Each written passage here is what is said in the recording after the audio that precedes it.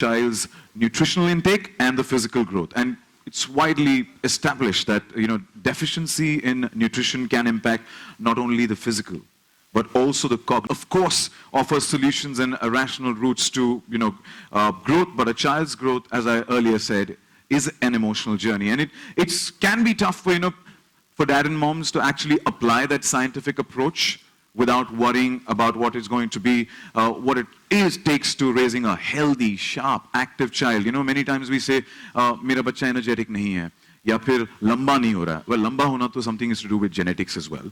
So let's give it to that as well. But that's exactly.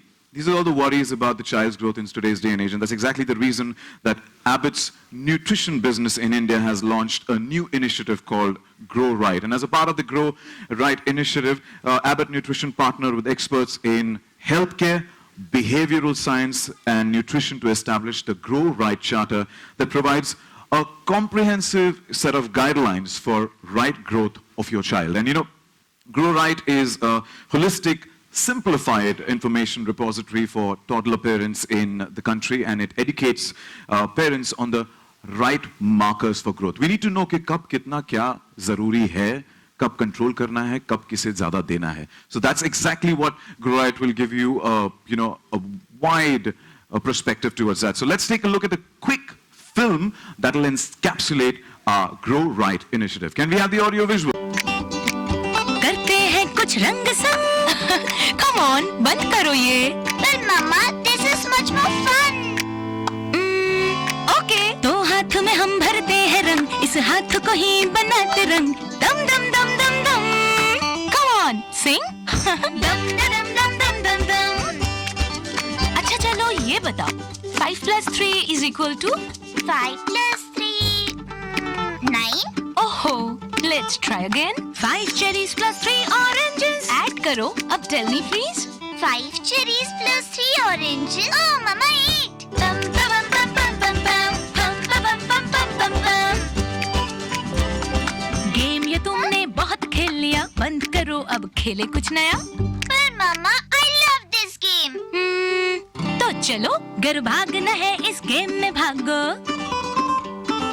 Ton टन टन टन टन टन टन टन टन टन टन टन टन टन. चलो खा लो अब ये खाना, ना देना नया बहाना. Mama, वही खाना फिर नहीं खाना. तो इसमें थोड़ी मस्ती डालो. हो गया टेस्टी, खुशी से खा लो. Yum yum yum yum yum. यम यम यम यम यम यम. हम जानते हैं कि माँ का काम आसान नहीं और हार मानना तो उन्हें आता ही नहीं. ऐसे ही माँ के लिए है पीडिया शो का ग्रो राइट इनिशिएटिव, जहाँ एक्सपर्ट्स देंगे आपके सवालों का जवाब, ताकि आप अपने बच्चों को सही तरीके से बढ़ने में मदद कर सके.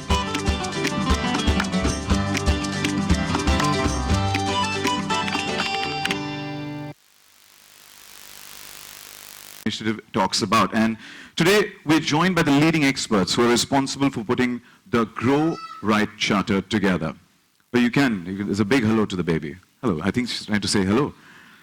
Well, and it gives me immense pleasure to welcome on stage the leading experts in pediatrics, nutrition, and behavioral science who will share their professional insight and leave us with some tips that you can actually take back home and actually implement that and inculcate that in your daily life. Please put your hands together for our panelists on stage. Up first, Dr. Dharini Krishnan.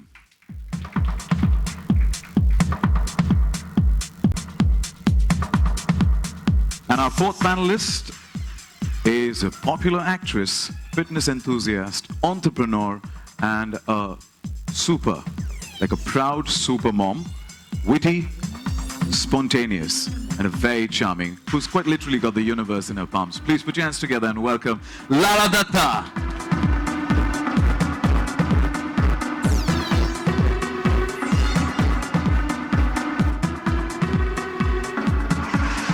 So, warm welcome to all our panelists. Thank you so much for joining us here this afternoon. And if I could hop to that chair so that I could actually... Welcome. Grow Right initiative, and here we are in the midst of mommy bloggers and friends from media who have a lot of questions for sure. That will be answered a little later, but there are a few questions that I would like to ask, before we open the floor for the Q&A. And, as they say, that childhood is a period. As a person. So either you do it right at that time or the opportunity is lost for a lifetime, and hence it's called a critical period. Yeah, and Dharini, in this development, nutrition plays a very important role, and all of them would agree. And there's a lot of confusion that actual right amount of nutrients are being provided for my child or not. Yeah, there's a little confusion where the highest growth is 0 to 6 months. So mothers are very apprehensive and want the same growth continuing all life. That cannot happen. After 1 year, there's a steady, slow reduction in the growth. So the total nutrients have to be provided in a very small space, and we need all the 5 food groups there, and protein is very important. Because a lot of convenience foods are used, there is no vegetable, no fruit and protein in the diet. So we have to concentrate on these 3 major things. Whether vegetarian or non-vegetarian, you can suffice what the child needs. I just want to say that there's no special food for a child. After year 1, the child has to eat what the family is eating, then automatically the nutrients are balanced. Thank you. Would I request... Can I just comment on that? When a parent is faced with a problem, they go online, and apart from what is medically accurate in terms of the information coming in, there is 10 times more stuff which is unfiltered and on which even the parent or the mother does not know whether she can rely on it or not. So we thought we'll bring science and simplify it so that it can be used in everyday rearing of the child. Absolutely. As you said, so much information is available online in today's day. Thank you. Just type in and at your fingertips, you've got so much information. At times, we've ourselves become doctors on that. Yeah, there's a WhatsApp university of knowledge. Yeah, true. That keeps sending forwards about, charts about what to eat, what not to eat, and we have no clue. So gets us a little clueless. I plead guilty to that. So Lara, my question to you is, with so much information coming in as a parent, how do we actually confirm that it's coming from a credible source?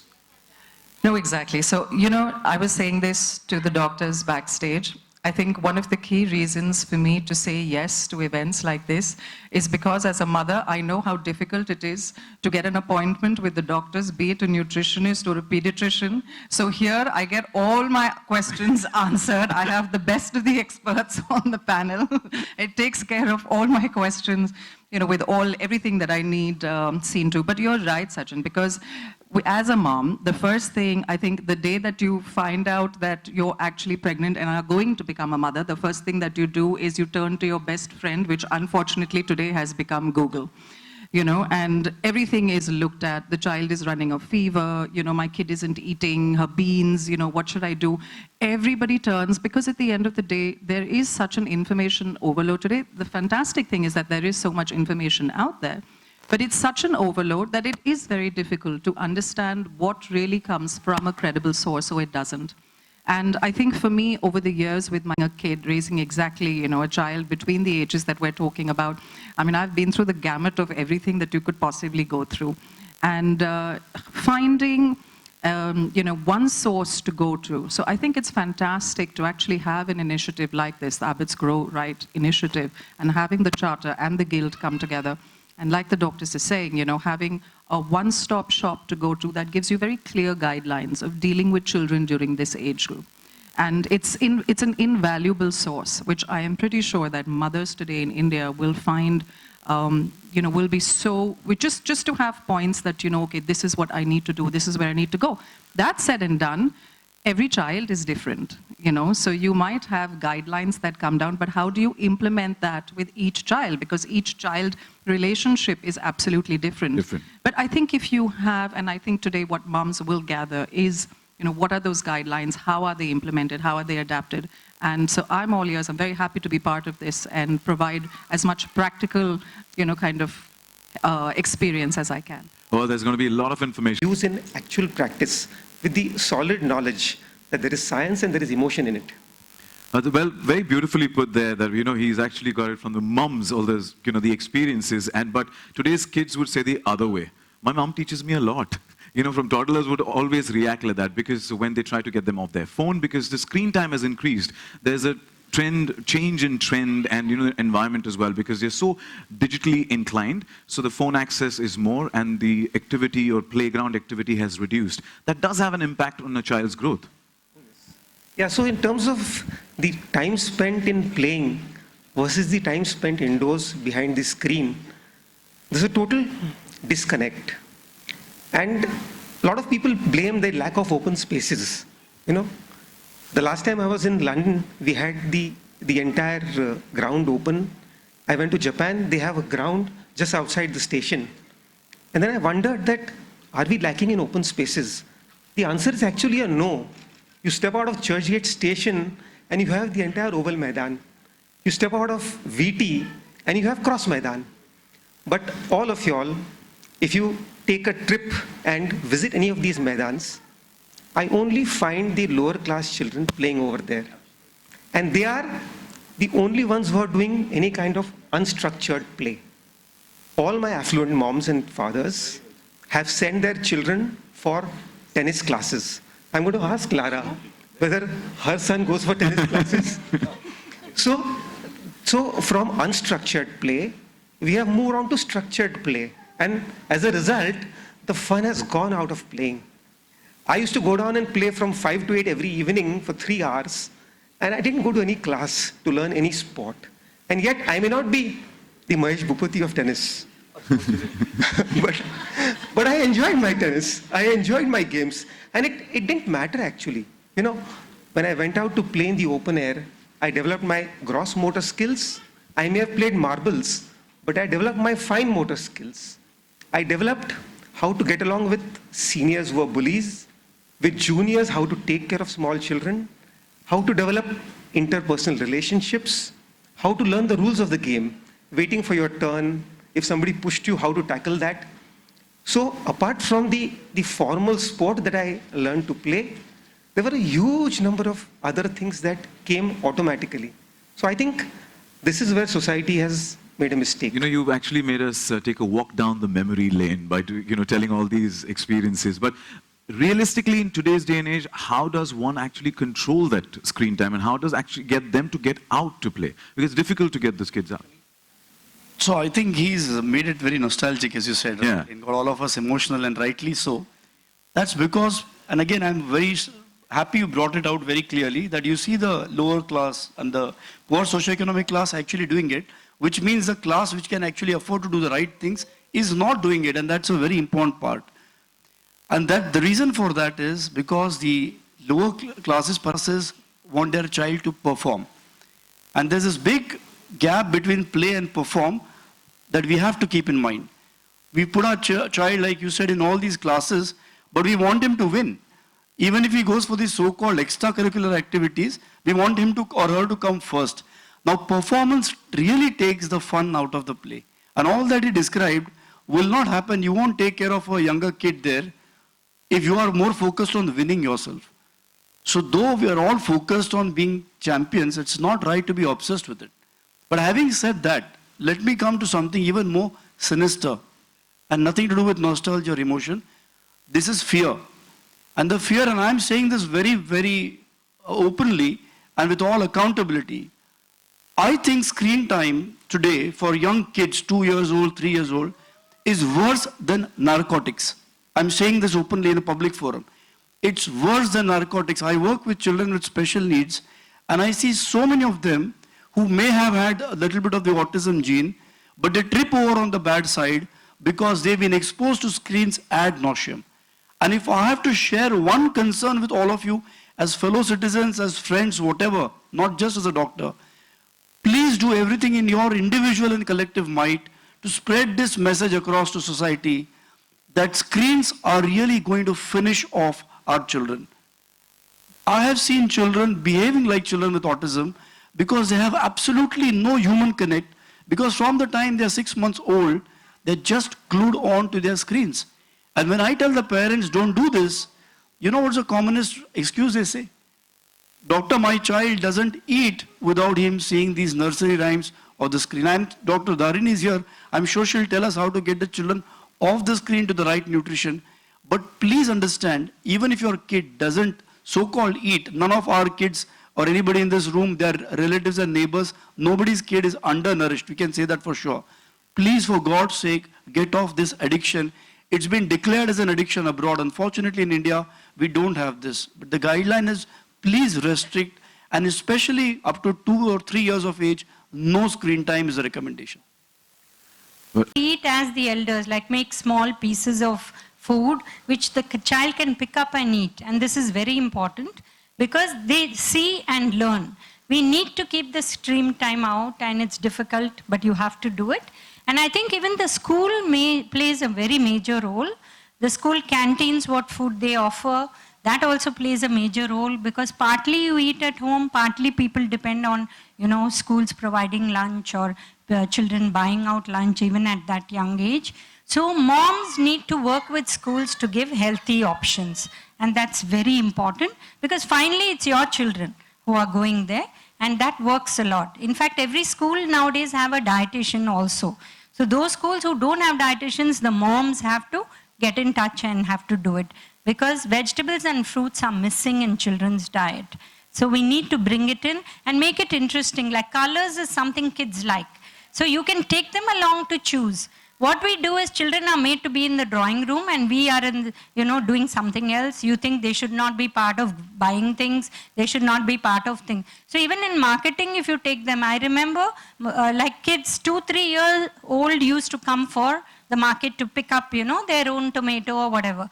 So the moment they love that, where is the tomato I picked up? Then they eat. So this psychology works a lot. So we should not alienate the children and think they should be only in the drawing room or study room. They should be part of everything in a family.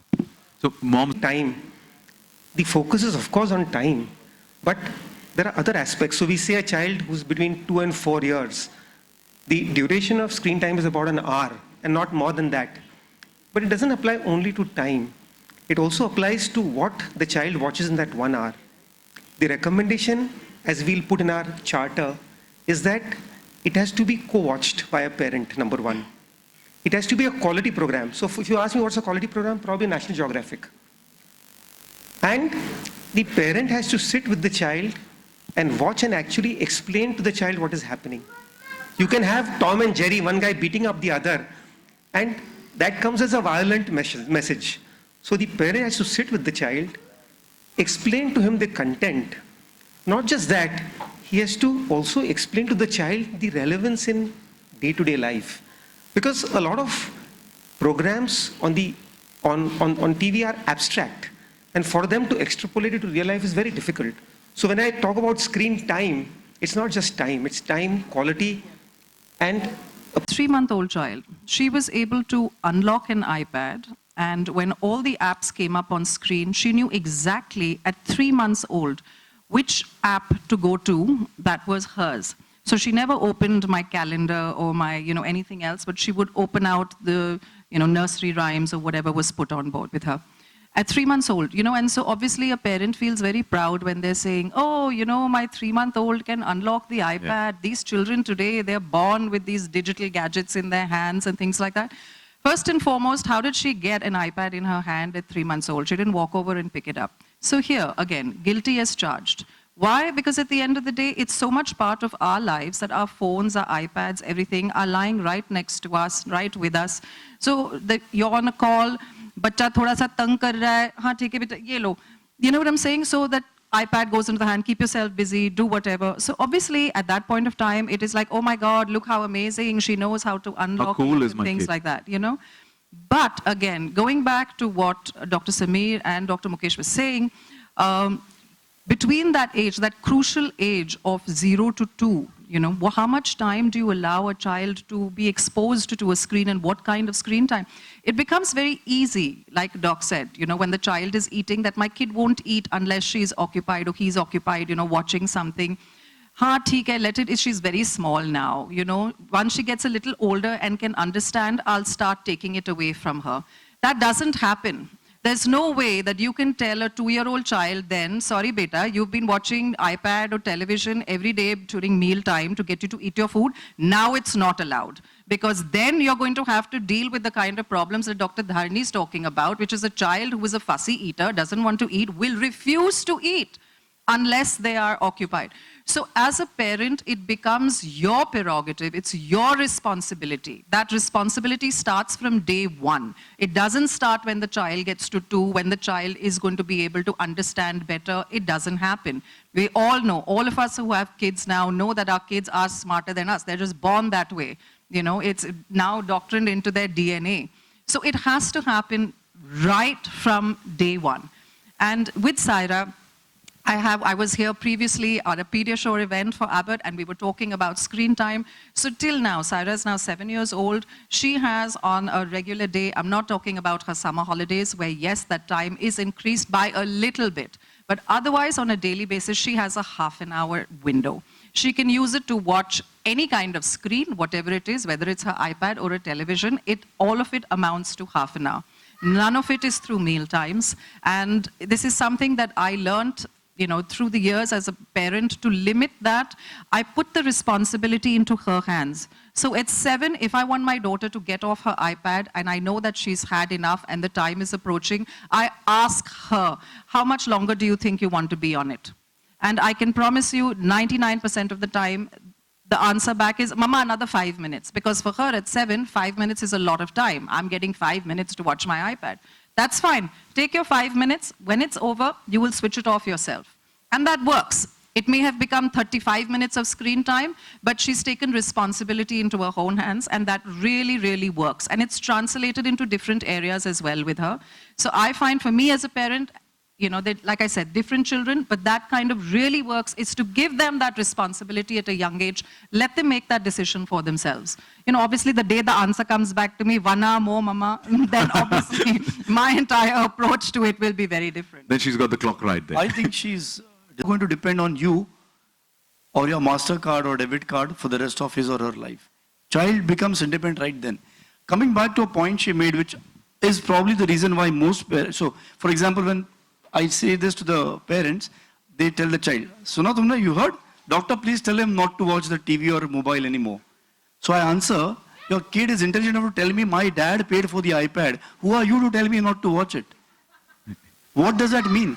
That means we are the guys who are to blame, not the kids. He didn't buy it. I mean, no kid can afford to buy an iPhone or an iPad. We buy it and we give it because, like she said again, we are very proud that they are able to operate. Now, let me give you a very important insight into behavioral science. And again, that comes from the field that I work with.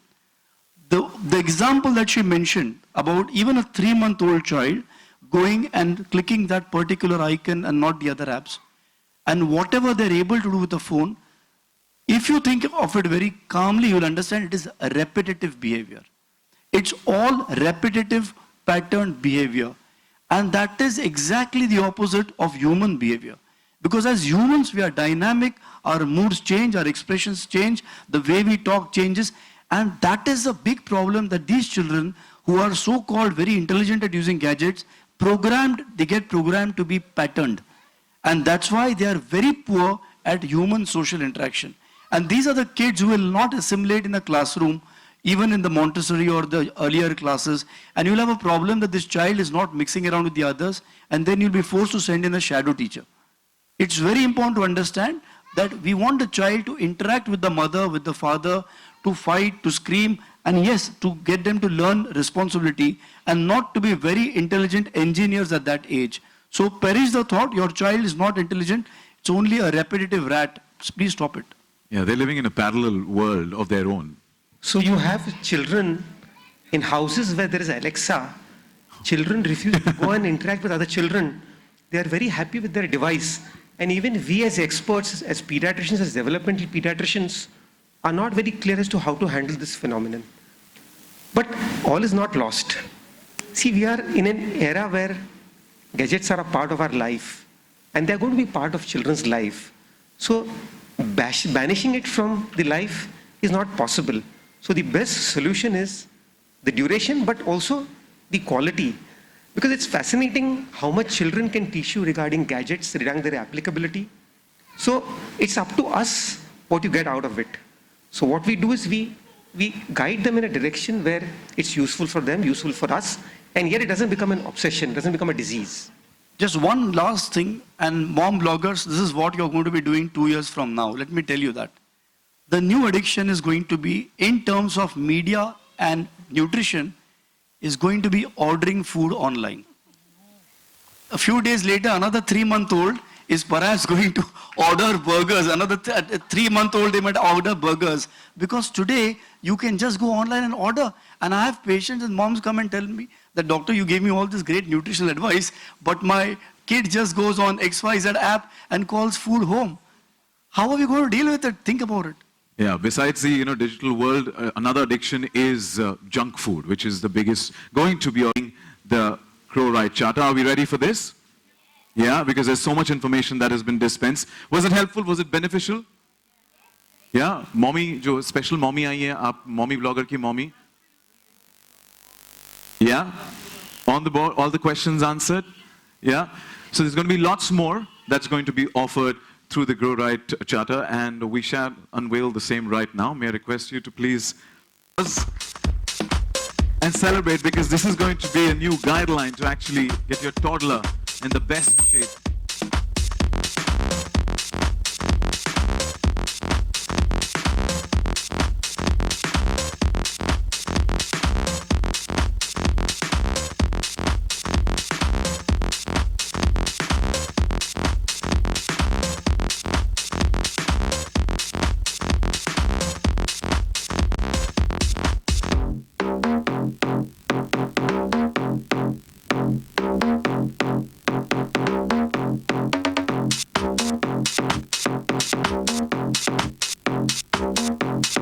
May I request 3 of you to please stand on the other side and 3 on this side so we could have a... Please, may I request all the active photographers with mobile phones, request you to please...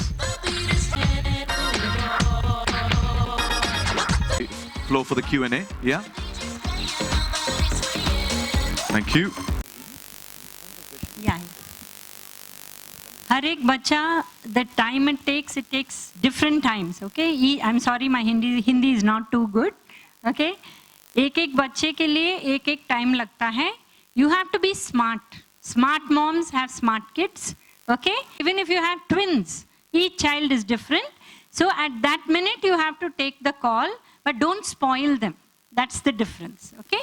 We need to take techniques, and specifically, as in everything, you follow it first. You don't sit with a pack of chips and ask your child not to eat it. You have to have a balanced meal. You have to have vegetables, fruit and protein on your plate. Automatically the child will have. It has never been an issue in olden days because there was not so much time for each child. Now there's too much time. That is the problem. Problem being, and how severe it is.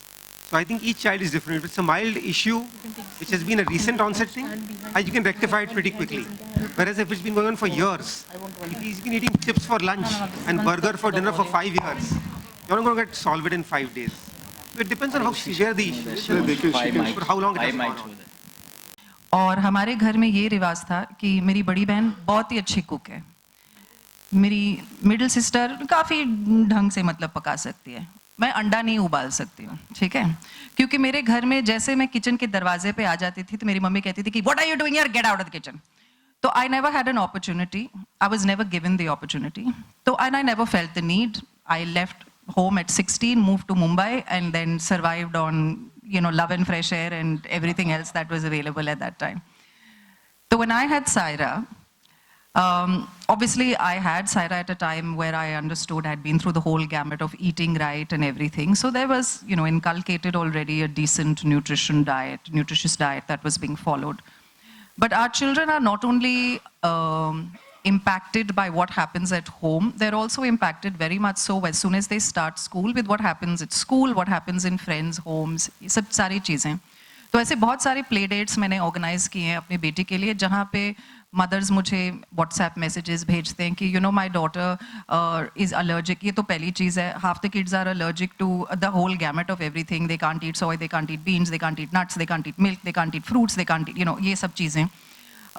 दूसरी चीज़ है कि she will only ईट, तो what can I make दाल सब्जी रोटी ये सब चलेगा? नहीं, she will only eat something white. मतलब तो only pasta or only rice, यानी कि no vegetables, no dal, no gravy, no nothing. Okay, अभी ये आपका बच्चा है तो I'm not going to school your child when she comes to my house, so I'll follow the guidelines you're setting for me. लेकिन with Saira, what I found is, एक तो I have to be honest and say, yes, few things that she did trouble me with, not a lot, but what I found is I discovered cooking with my daughter because of my daughter. So if I wanted Saira to eat bhindi, I brought her into the kitchen, we washed the bhindi, we cut the bhindi, we cooked the bhindi together. And in the time that it took her to understand what goes into the preparation of a meal before it gets to the table, made her appreciate that food a lot more. And so she was willing at least to eat what she herself had cooked. कि वो कह नहीं सकती थी कि नहीं मैं नहीं खाऊंगी, अभी तुमने बनाया है बेटा तो खा लो, तुम्हारा हाथ का खाना है. So that really helped. And for me as a mom, I learned with her. So I actually learned a love of cooking along with my child. So it's amazing what all your kids can teach you. I hope at some point of time we're going to advance from bhindi and lauki and get somewhere a little bit higher on the food chain. I think that's a brilliant example of how to inculcate the habits. मगर आपके सवाल के बारे में ही कहूँगा कि जब बच्चों के खाने के बारे में बहुत बार हमें लगता है कि बच्चा, मैंने सुना था कि अगर इंडियन मदर्स को राइट होता, गवर्नमेंट अलाउ करती तो अपने बच्चों को ट्यूब से फीड करती. हॉस्पिटल में डालते हैं ना वैसे, मगर बच्चों को ठूसना है बस. I think this is a very important thing, not for over nutrition, also for under nutrition. बच्चों को उस चीज़ से घिन आती है, किसी को भी आएगी अगर उस चीज़ के बारे में आप ज़बरदस्ती करो. आप किसी को फोर्स करो कोई चीज़ करने के लिए तो एक घिन आती है. बहुत से बच्चे नहीं खाते हैं क्योंकि माएँ उन्हें चॉइस ही नहीं देती, उनके पीछे पड़ी रहती है.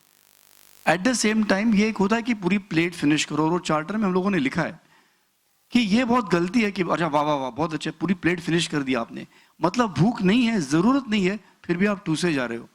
And then the child doesn't understand कि भूख क्या है, क्योंकि भूख लगने के पहले ही आप पीछे पीछे भाग रहे खिला रहे हैं. और पेट भरा क्या है ये भी समझ में नहीं आ रहा है, क्योंकि पेट भरने के बाद भी आप टूसे जा रहे हो. तो भूख क्या है, ये सेंसेशन या इमोशन जो भी कहिए, ये जानने की और सीखने की बच्चे को आवश्यकता है. आप उसके पीछे भागोगे दिन भर, और अगर वो मोबाइल देख रहा है और आप टूस रहे हो, ना भूख समझ में आ रही है, ना सटाइटी या पेट भरा हुआ समझ में आ रहा है. हमारे सीनियर टीचर है डॉक्टर आमडेकर, वो हमेशा एक एग्जाम्पल बताते हैं कि बच्चा कितना खाए वो उस पर छोड़ दो. बच्चा तुम्हें नहीं खाना है मत खाओ, मगर बच्चा क्या खाए ये आप पे रखो. You should decide what your child eats. Your child can decide how much to eat. नहीं पसंद है मत खाओ. 2 घंटे के बाद आके बोलेगा नहीं मम्मी वो दे दीजिए मुझे, फिर तभी नहीं बोला नो नो अभी क्यों, तभी मैं दे रही थी तभी नहीं आया, नहीं अच्छा अभी चाहिए ले लो. तो खाना वही मिलेगा आपको, जब खाना है जितना खाना है आप पे है. तो बच्चा ये समझता है कि मुझे जरूरत से ज्यादा नहीं खाना चाहिए. ये चार्टर जो है मेरी माँ ने बहुत साल पहले लिखा था. When lunch was made, we had only 2 choices: take it or leave it.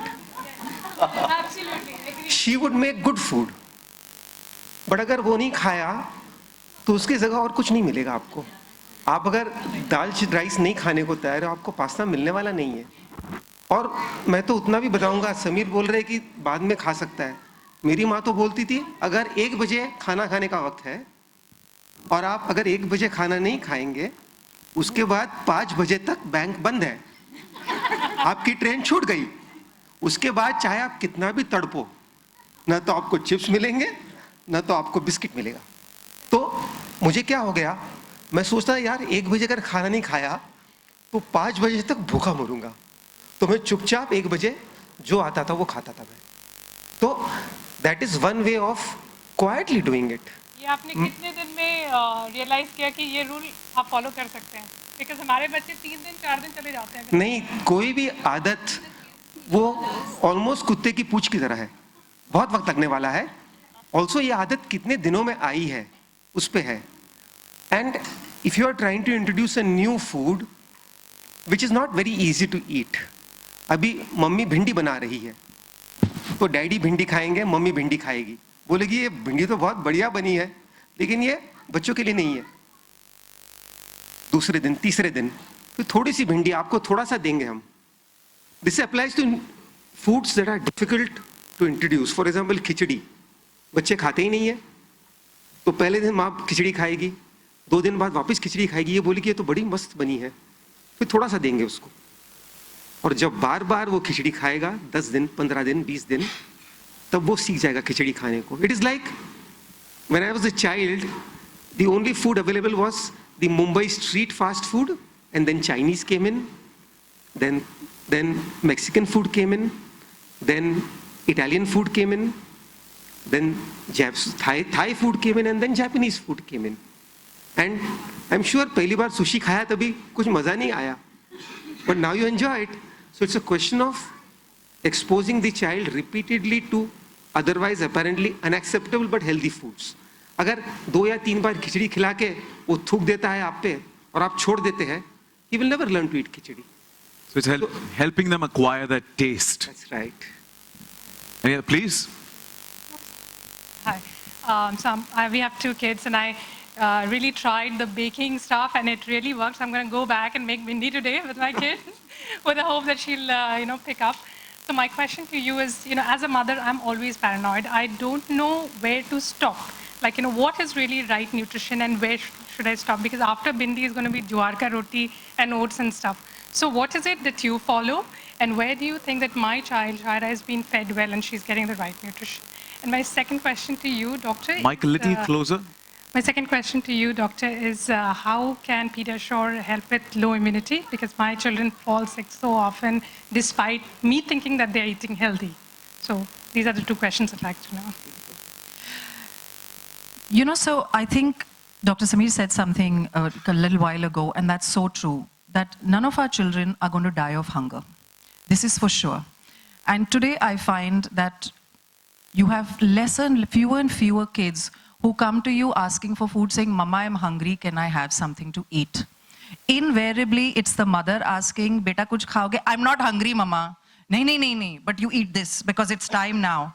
So we're so dictated to. Forget about our kids, even for us, we're so dictated to what has been, sort of inundated into us. Breakfast time, eat your breakfast. Lunch time, eat your lunch. Dinner time, eat your dinner. Regardless of whether you feel full, the body has digested your food or not. And I think, honestly, I have learned, maybe from looking at what my parents inculcated, which again goes back to one of the points on the charter, about the right impact, how you impact the life of your child, how your choices, your behavior impacts the choices that your child makes.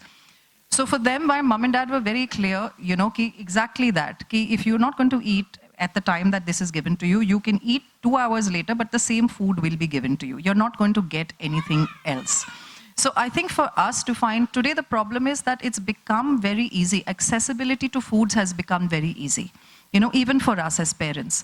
Therefore, we're not so worried. Acha beta ye nahi khayega, chalo I'll try 3 other things and see, that they will eat something or as long as there's food going into them, as long as the child is not hungry, So this for us has become like a kind of a brainwashing ki bachcha ko bhuka mat raho, the stomach is full, it means it's a healthy child. Today, to be very honest, my serving of food to Saira, what goes on her plate is really, again, built from a point of view, not just nutrition, but also building up immunity. Living in a city like Mumbai, you find the kids, falling sick more often, being exposed to a lot more, viral infections, things like that. So again, finding foods that build immunity. And I find sometimes that it's impossible to get that all through just the food on the plate of the child, though it's very possible. But again, we're living in a world where the food itself is, today not the same quality, does not have the same, that same plate does not have the same nutritional value as it did when our parents were eating it. Today with whatever chemicals are being put into the food to grow, to your vegetables, all of that, that nutritional value, I don't even believe is half the amount of what our parents got eating that exact same thali. So sometimes you do need to supplement it, whether it is with a vitamin, whether it is with, natural therapy, whatever you choose that works for you and your child. But I find that when mothers stress themselves out because we've been given old. If I had to follow things by all the different books that are written, I would have driven myself absolutely stark raving mad. I had to find what worked for my child and what worked for me and what was simplest to follow. And simplest to follow, but that doesn't mean that it was easy then to throw her a burger and a pizza for every meal, but just to keep that flexibility and to give your child, honestly, give your child responsibility. You will be amazed at the results that it produces. Even if I am given a choice, if I open a dabba and I find nuts and chips, I will instantly pick up chips. So it's not visible, it's not available.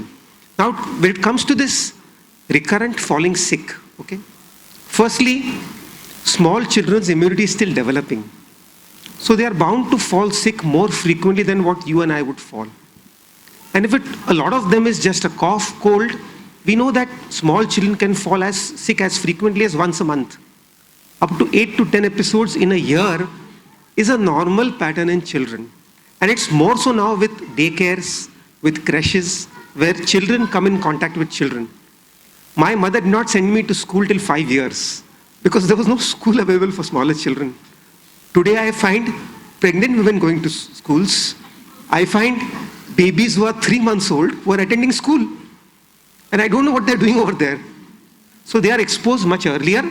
So this, if you interpret the frequent infections in a small baby as a sign of poor nutrition, you may be a little wrong in that area. So once you know from your pediatrician that this frequency of illness is normal, then you will not get so worried. The pediatrician in your visit will also examine the child and see if there is any deficiency in terms of iron, vitamin D, any other vitamins. Also, he will, when he evaluates the child, ask him to look at the growth chart. I have so many mothers who come to me saying my child does not eat. तो हवा पानी पे बड़ा हो रहा है वो. यार जब भी मैं growth chart पे उसको डालता हूँ तो सही चल रहा है. So when I actually plotted on the growth chart and showed to the mom your child is doing fine, then she's at peace with herself. She realizes without knowing and with all that concern at the back of her mind that enough food is not going in, the actual situation is actually the reverse. So it's a lot of these concerns are only in the mind of the mother.